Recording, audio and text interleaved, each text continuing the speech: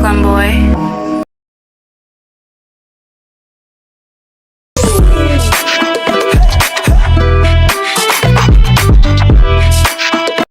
Una sa lahat, dapat maganda yung internet connection mo.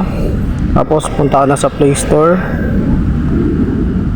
Type mo lang dyan, Angkas. Ngayon, lalabas naman yung Angkas dyan. Wala namang kandong dyan. Kaya ayan, yung apps na yan. Angkas, Fast Moto Taxi. Install mo lang yan.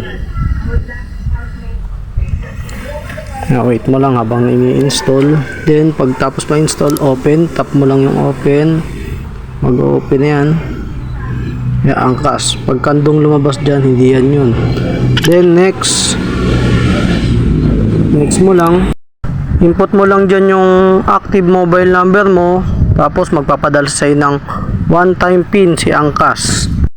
Tapos lalabas dyan yung term of use and privacy policy. Then pagkatapos mo basahin, agree mo lang yan. Tapos anong trip mo, food trip o lap trip. Yan, dalawang service type, passenger and padala. Since nandito tayo sa Tanawan, Batangas, ang example na lang nating pick up location ay Victory Mall na malapit dito sa Palengke. Yan, Victory Mall. Type natin. Type lang dyan sa pick up location, Victory Mall. After nyan, sa drop off location naman tayo. Ang drop off location natin, gagawin na lang nating SM Santo Tomas. Next po, may lalabas po dyan ng mga reminders na wag po kayo magsusuot ng tsinelas.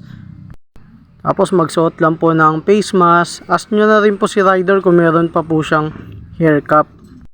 Pero lagi naman po kaming may dala habang bumabiyahe.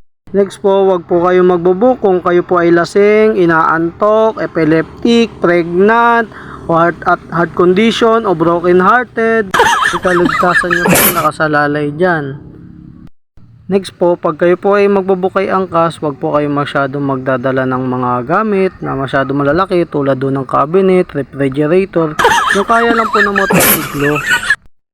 Para po relax na relax lang po ang biyahe nyo habang bumabiyahe kayo kay Angkas. Wow naman! Pwede naman po kayong humawak sa balikat namin o kaya sa tagiliran. Wag nyo lang po kami kikilitiin para po makapag-focus kami sa pagbabiyahe, o pagmamaneho. Para po makarating po kayo ng ligtas sa inyong pupuntahan at napaka-importante po sa amin ang inyong kaligtasan. Wow, at gayon din na po rin po sa amin.